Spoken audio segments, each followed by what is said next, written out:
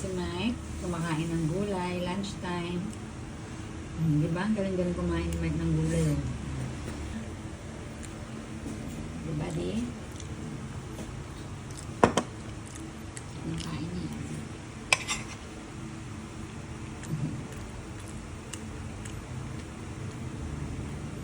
Ubusin mo yan, di ba, di? Na?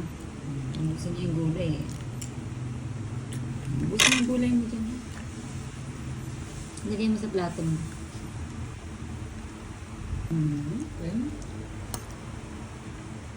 Galing kumain ng daddy ko.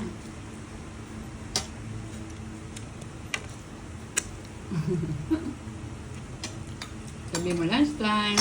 Lunchtime. Ang dami yung gulay oh.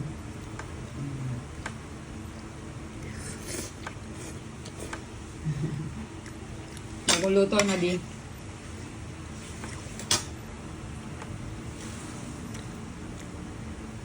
Wala kumain ng gulay si Mike oh.